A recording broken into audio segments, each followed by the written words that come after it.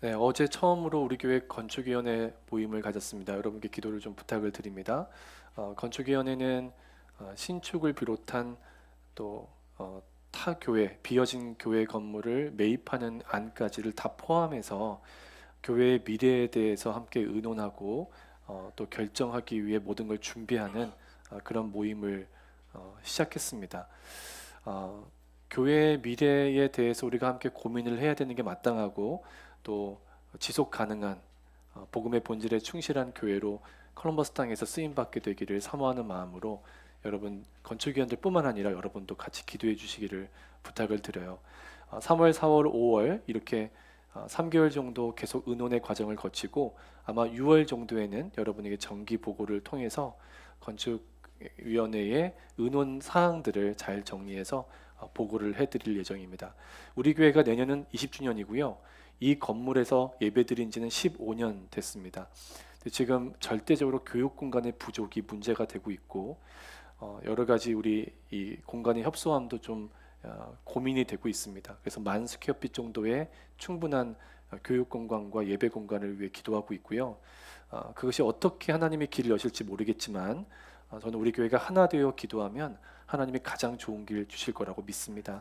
여러분 같이 기도해 주시고 이제까지도 건축 헌금으로 기도로 함께 오신 여러분들이 더욱더 앞으로 내년 20주년에는 또 다른 20년을 바라보며 우리 교회를 또 미래를 준비해 나갈 수 있도록 함께 협력해 주시면 좋겠습니다. 우리 앞뒤 양옆에 인사하겠습니다. 기도로 승리합시다. 이렇게 인사하겠습니다. 자, 민수기 시리즈 설교가 드디어 다음 주면 끝이 납니다. 작년 6월부터 올해 3월까지 10개월 동안의 여정이었습니다. 끝까지 민수기를 통해 주시는 하나님의 은혜를 붙잡으시기를 소망합니다. 이제 민수기 34장, 35장, 36장 이렇게 세 장의 말씀이 남아 있는데요.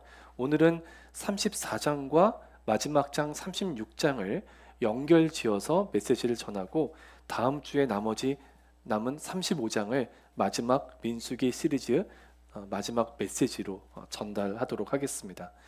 민수기 34장은요, 한마디로 앞으로 분배되어야 하는 이 가나안 땅의 경계와 그리고 그 땅 분배를 담당할 실제로 진행할 사람들에 대한 일꾼들에 대한 이야기입니다. 자, 이 34장 오늘 1절과 2절 읽었는데요.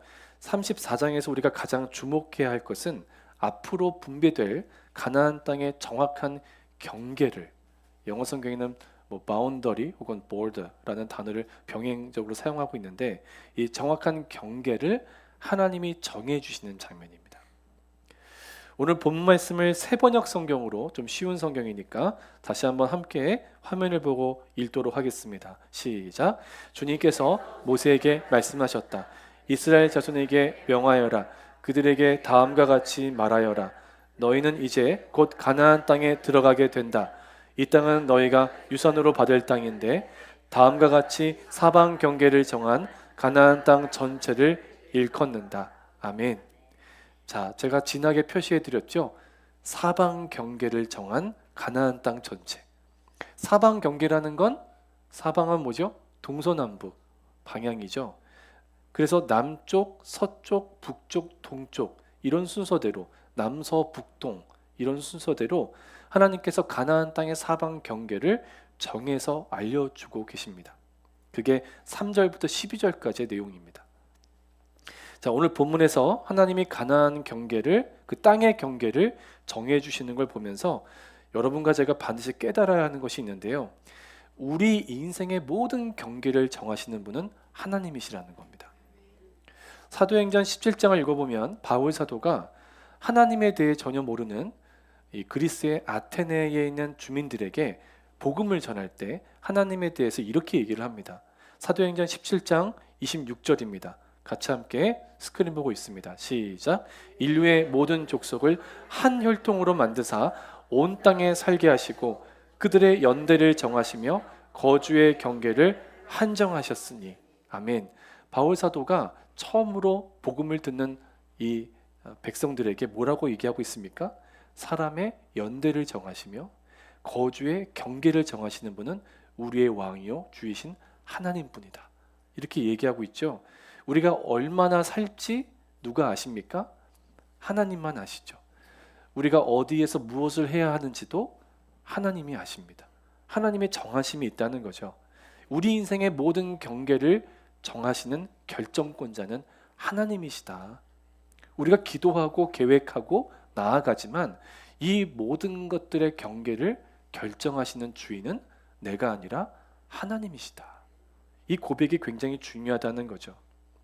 시편 16편 5절과 6절도 세번역 성경으로 함께 한번 화면 보고 읽어보도록 하겠습니다. 시작. 아 주님, 주님이야말로 내가 받을 유산의 몫입니다. 주님께서는 나에게 필요한 모든 복을 내려주십니다. 나의 미래는 주님이 책임지십니다. 줄로 재어서 나에게 주신 그 땅은 기름진 곳입니다. 참으로 나는 빛나는 유산을 물려받았습니다. 아멘. 시편 기자의 고백이 정말 아름답지 않습니까? 하나님이 줄로 재서 내게 주신 땅이 너무 좋다는 겁니다. 아무 땅이나 막 주시는 게 아니라는 거죠. 땅 하나 주실 때도, 여러분을 콜럼버스 땅으로 부르실 때도 하나님께서는 손수 줄로 다 재시는 그 형태로 여러분에게 주셨다는 겁니다. 오늘 본문의 가나안 땅의 경계도 하나님이 그렇게 줄로 재어 정하신 경계라는 것을 기억해야 하는 것이죠. 근데 한 가지 우리가 꼭 알고 넘어가야 되는 사실이 있는데 잘 모르실 수도 있습니다. 오늘 본문에서 하나님의 땅 분배를 위해 이스라엘 백성에게 정해 주셨던 가나안 땅 크기가 처음에 하나님이 아브라함에게 약속하신 땅보다 훨씬 작아요. 자, 창세기 15장 18절 말씀을 같이 한번 스크린 보고 읽도록 하겠습니다. 자, 시작. 그날에 여호와께서 아브라함과 더불어 언약을 세워 이르시되 내가 이 땅을 애굽 강에서부터 그 큰 강 유브라데까지 내 자손에게 주노니. 하나님이 아브라함에게 주셨던 땅에 대한 약속이거든요. 그 땅의 경계가 남쪽으로는 애굽 강, 북쪽으로는 유프라테스 강까지다. 이렇게 성경이 기록하고 있습니다. 꽤 넓은 지역입니다. 가나안 땅 북쪽으로 올라가야 유프라테스 강이 나오거든요. 오늘 본문에 나오는 사방 경계보다 훨씬 큽니다.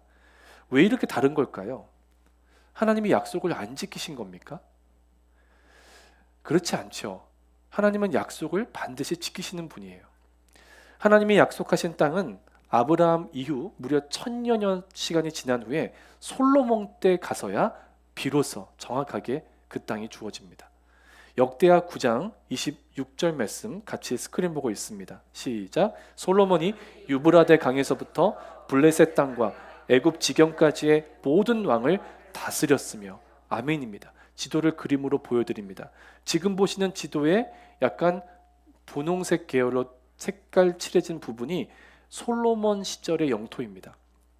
가장 이스라엘이 전성기를 구가할 때 그때의 영토입니다. 이 영토가 아브라함에게 약속하신 영토와 거의 똑같습니다. 그리고 그 안에 여러분 잘 보시면 하얀 테두리로 된 박스가 보이세요? 네, 저 지역이 바로 오늘 나오는 사방 경계에 해당하는 가나안 땅입니다. 차이가 분명하게 느껴지시죠?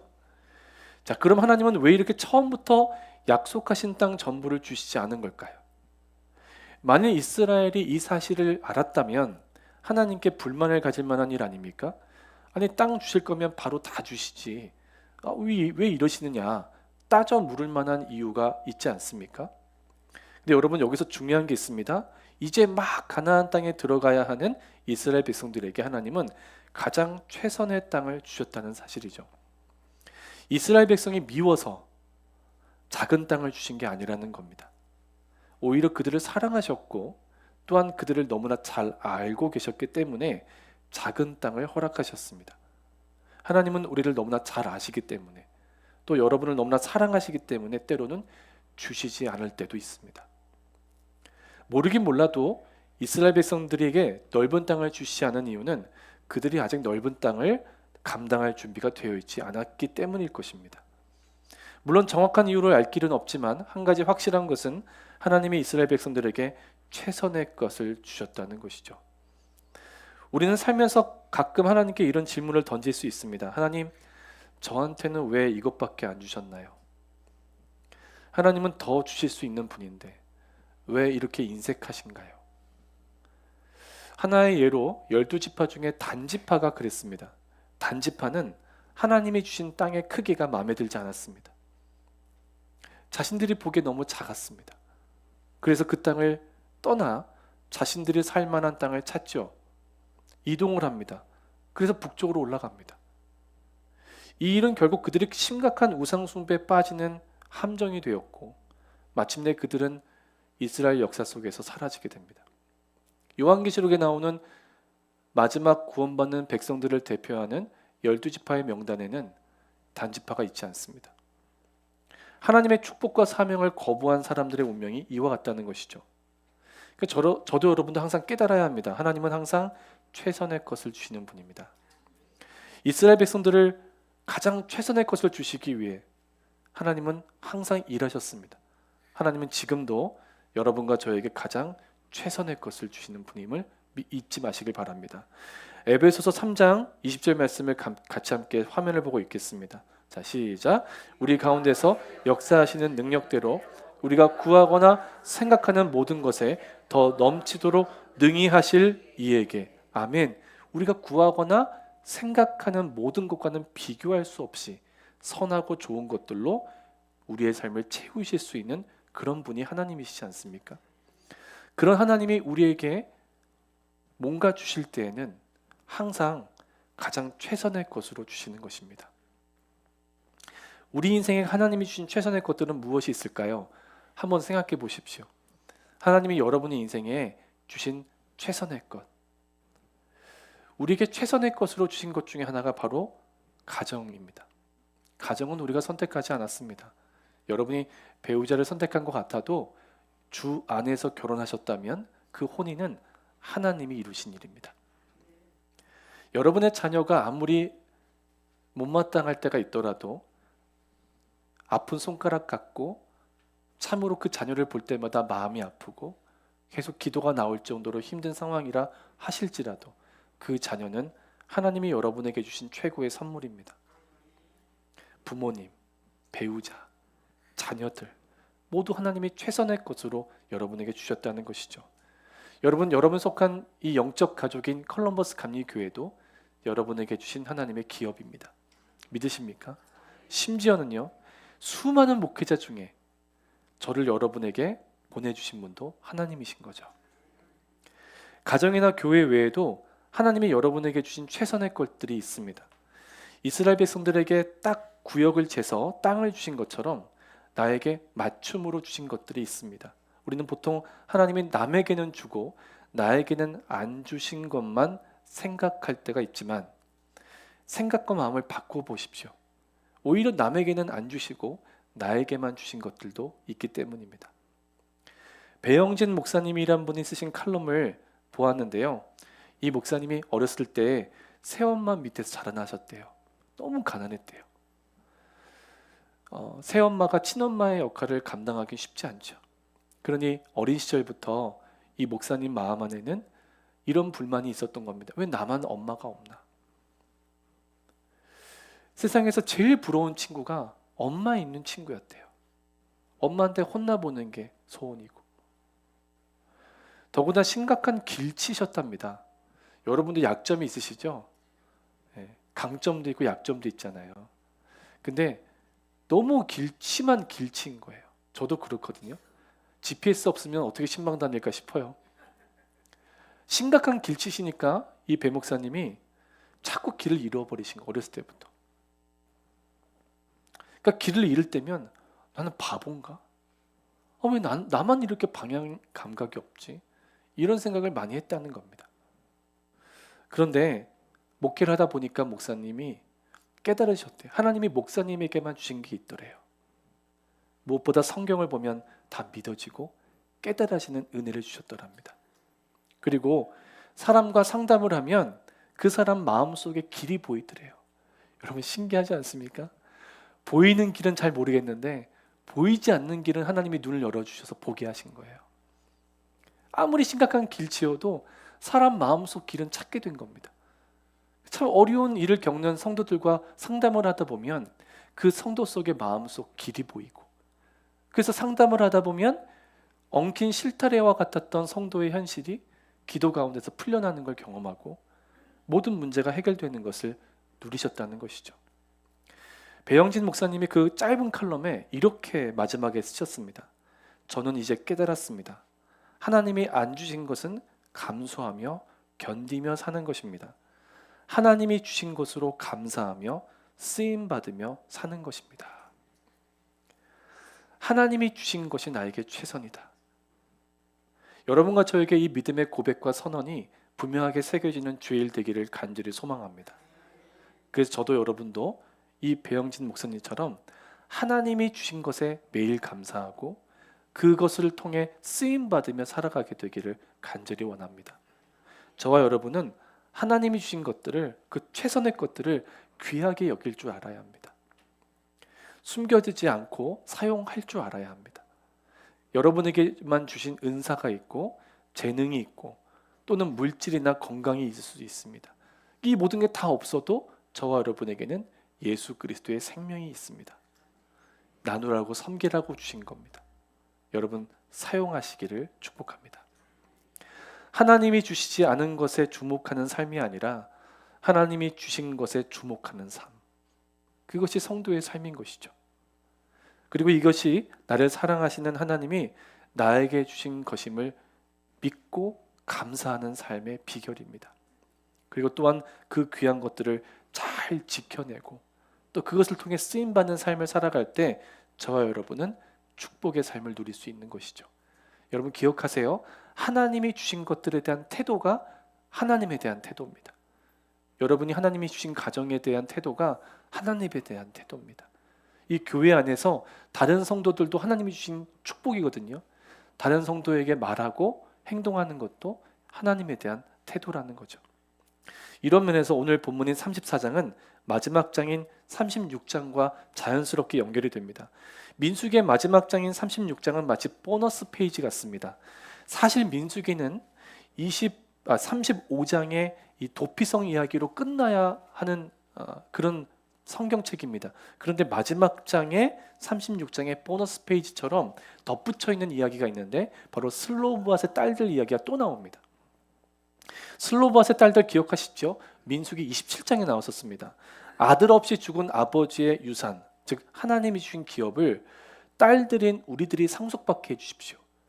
그렇게 요청했던 사람들입니다. 놀랍게도 하나님은 일종의 특별법까지 제정하셔서 이 딸들의 요구를 들어주세요. 하나님의 이런 허락하심은 단지 슬로보앗의 딸들만을 위한 것이 아니라 당시에 수많은 딸들을 위한 특별 조치였습니다.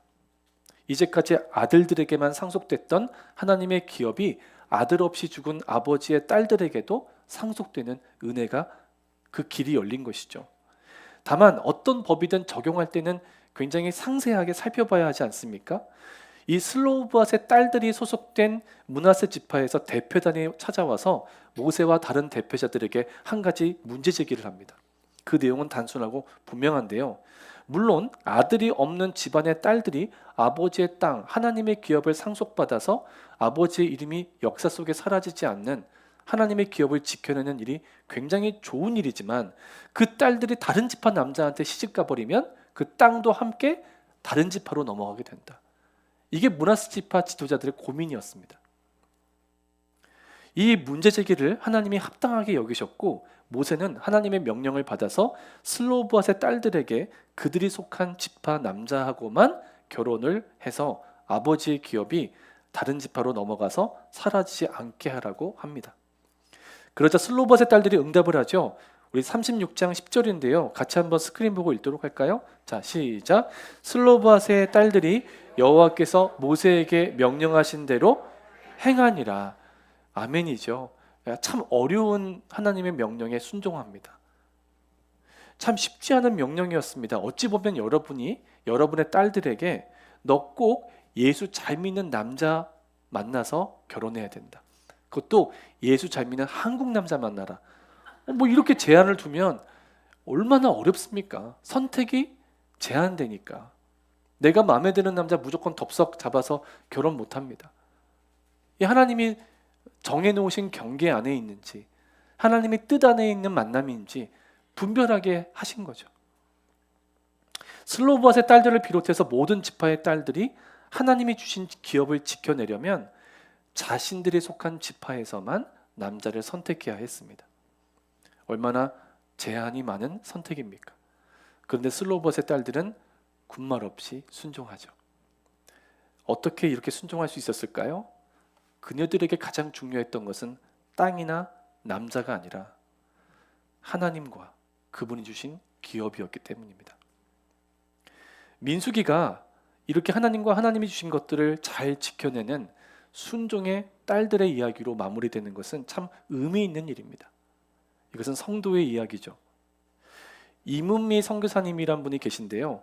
하나님이 쓰시는 한 사람이라는 책으로 많이 알려진 분입니다. 이분은 여의도 순복음교회 파송을 받은 케냐 선교사입니다.